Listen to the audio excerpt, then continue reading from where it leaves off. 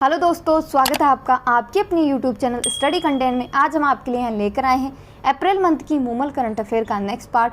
अगर आपने पिछले वाले पार्ट नहीं देखे हैं तो देख लीजिएगा जा करके, और अगर आप हमारे चैनल पर पहली बार विजिट कर रहे हैं तो चैनल को सब्सक्राइब कर दीजिए और पास में बेल आइकन का बटन है उसे प्रेस कर दीजिए ताकि आने वाली वीडियोज़ की नोटिफिकेशन सबसे पहले आपको प्राप्त हो सके। तो चलिए शुरू करते हैं इस वीडियो को।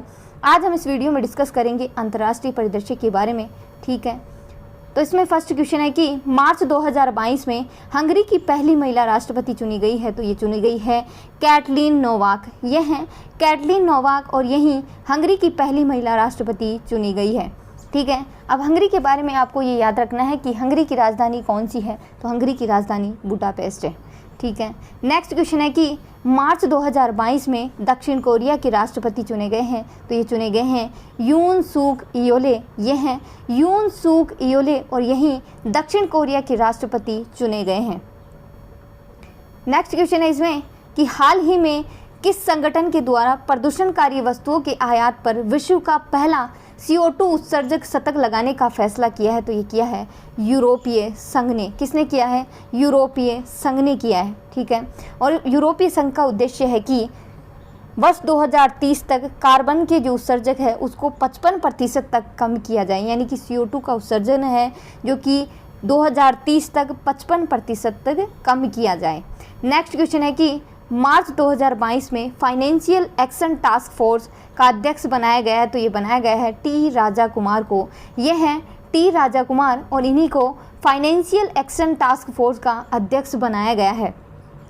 देखिए, अंतर्राष्ट्रीय परिदृश्य में आपको इतनी डेप्थ में जाकर की चीज़ें नहीं पढ़नी होती है क्योंकि इसमें से ऊपरी तौर पे ही चीज़ें पूछी जाती हैं। आपको राजस्थान परिदृश्य और राष्ट्रीय परिदृश्य है उसमें से चीज़ें डेप्थ में जाकर के पूछी जाती है, इसलिए हम वहाँ पर जो है ज़्यादा डेप्थ में जाकर के चीज़ों को समझते हैं और यहाँ पर सिर्फ ऊपरी तौर से आपको चीज़ें समझाई जा रही है। जितना आपके एग्ज़ाम में पूछा जाएगा सिर्फ उतना ही आपको याद करना है और उतना ही आपको पढ़ाया जा रहा है, ठीक है, क्योंकि आपको और भी सब्जेक्ट पढ़नी है, करंट अफेयर के अलावा और भी सब्जेक्ट पढ़नी होती है, ठीक है। नेक्स्ट है इसमें कि भारत के किस पड़ोसी देश को फाइनेंशियल एक्शन टास्क फोर्स ने ग्रे लिस्ट में बरकरार रखा है, तो ये रखा है पाकिस्तान को, ठीक है। याद रखना कौन से पड़ोसी देश को, तो पाकिस्तान को फाइनेंशियल एक्शन टास्क फोर्स की ग्रे लिस्ट में बरकरार रखा है, तो रखा है पाकिस्तान को। नेक्स्ट क्वेश्चन है इसमें कि संयुक्त राष्ट्र ने किस दिन को इस्लामाफोबिया का मुकाबला करने के लिए अंतर्राष्ट्रीय दिवस के रूप में स्थापित करने के प्रस्ताव को मंजूरी प्रदान की है, तो ये की है 15 मार्च को। याद रखना 15 मार्च को फोबिया होता है डर, इस्लामोफोबिया यानी कि इस्लाम का जो डर है उसका मुकाबला करने के लिए अंतर्राष्ट्रीय दिवस के रूप में स्थापित करने के प्रस्ताव को मंजूरी प्रदान की है, तो कौन से दिन को की है? 15 मार्च को। नेक्स्ट क्वेश्चन है कि जापान के प्रधानमंत्री जो मार्च 2022 में भारत की यात्रा पर रहे, तो भारत जो जापान के प्रधानमंत्री है वो कौन है? तो कौन है? Kishida Fumio. कौन है? Kishida Fumio. ये हैं किशिदा फूमियो और यही वर्तमान में जापान के प्रधानमंत्री है।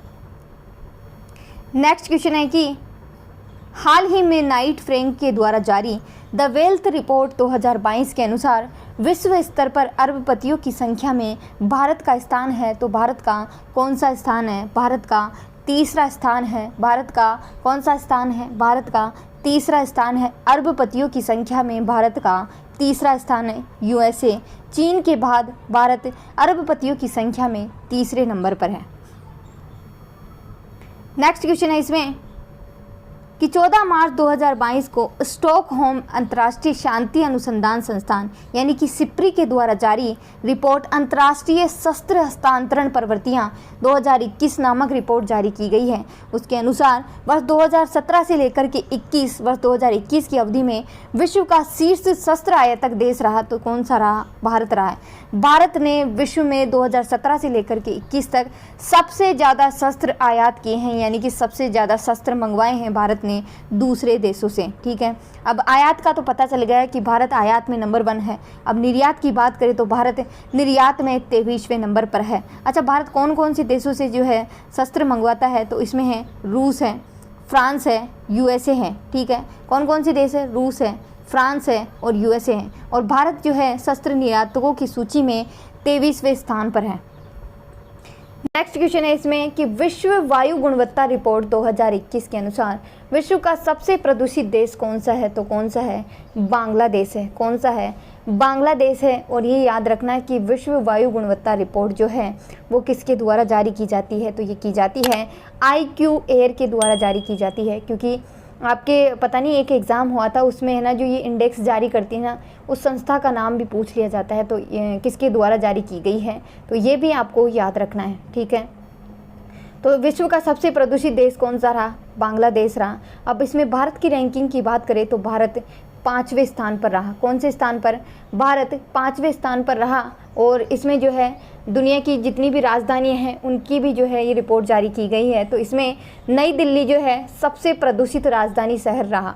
नई दिल्ली दूसरी बार सबसे प्रदूषित राजधानी शहर रहा। और इसमें शहरों की बात करें तो राजस्थान का भिवाड़ी भारत का सबसे प्रदूषित शहर रहा। आपके लिए इम्पोर्टेंट है राजस्थान वालों के लिए कि आपको भिवाड़ी का नाम याद रखना है।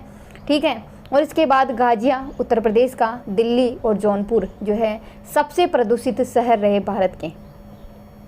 नेक्स्ट क्वेश्चन है कि हाल ही में जारी की गई विश्व प्रसन्नता रिपोर्ट में भारत का स्थान, तो भारत का 136वां स्थान है। अच्छा, ये रिपोर्ट जारी किसके द्वारा की जाती है? तो संयुक्त राष्ट्र सतत विकास समाधान नेटवर्क के द्वारा विश्व प्रसन्नता रिपोर्ट जारी की जाती है। इसमें भारत की रैंकिंग 136वें स्थान पर है भारत। ठीक है, नेक्स्ट क्वेश्चन है कि मार्च 2022 में संयुक्त राष्ट्र पर्यावरण कार्यक्रम के द्वारा जारी एनुअल फ्रंटियर रिपोर्ट 2022 के अनुसार विश्व का सबसे अधिक ध्वनि प्रदूषित शहर कौन सा है? तो ढाका है। याद रखना, ढाका जो है विश्व का सबसे अधिक ध्वनि प्रदूषित शहर है। और बात करें भारत की, तो भारत के कौन कौन से शहर है? तो भारत के मुरादाबाद, कोलकाता, पश्चिम बंगाल और जयपुर, और राजधानी जो है नई दिल्ली, वो भी इसमें शामिल किया गया है, दिल्ली को भी।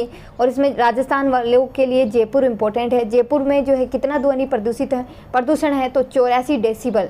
डेसिबल क्या होता है? ये ध्वनि को मापने की इकाई होती है, डेसिबल। और जयपुर में 84 डेसिबल जो है ध्वनि प्रदूषण है।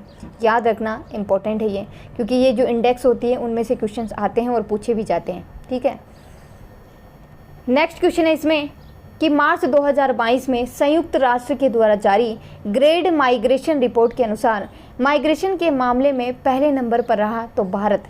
माइग्रेशन का मतलब होता है प्रवासी, यानी कि अपना देश छोड़ कर के दूसरे देशों में जाकर के बसना, ये माइग्रेशन होता है। और जो भारत है वो भारत नंबर 1 पे है माइग्रेशन के मामले में। भारत के 1.20 करोड़ भारतीय विदेशों में जाकर के स्थायी रूप से बस चुके हैं और उन्होंने भारत की नागरिकता छोड़ दी है। ठीक है, नागरिकता भारत की उन्होंने छोड़ दी है।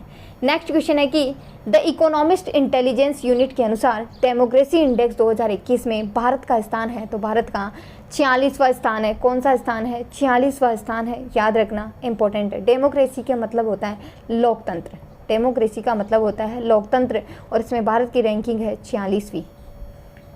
नेक्स्ट क्वेश्चन है कि अंतर्राष्ट्रीय बौद्धिक संपदा सूचकांक 2022 में भारत का स्थान है, तो भारत का 43वां स्थान है। कौन सा?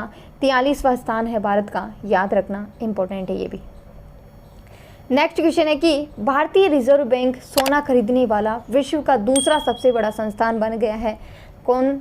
भारतीय रिजर्व बैंक।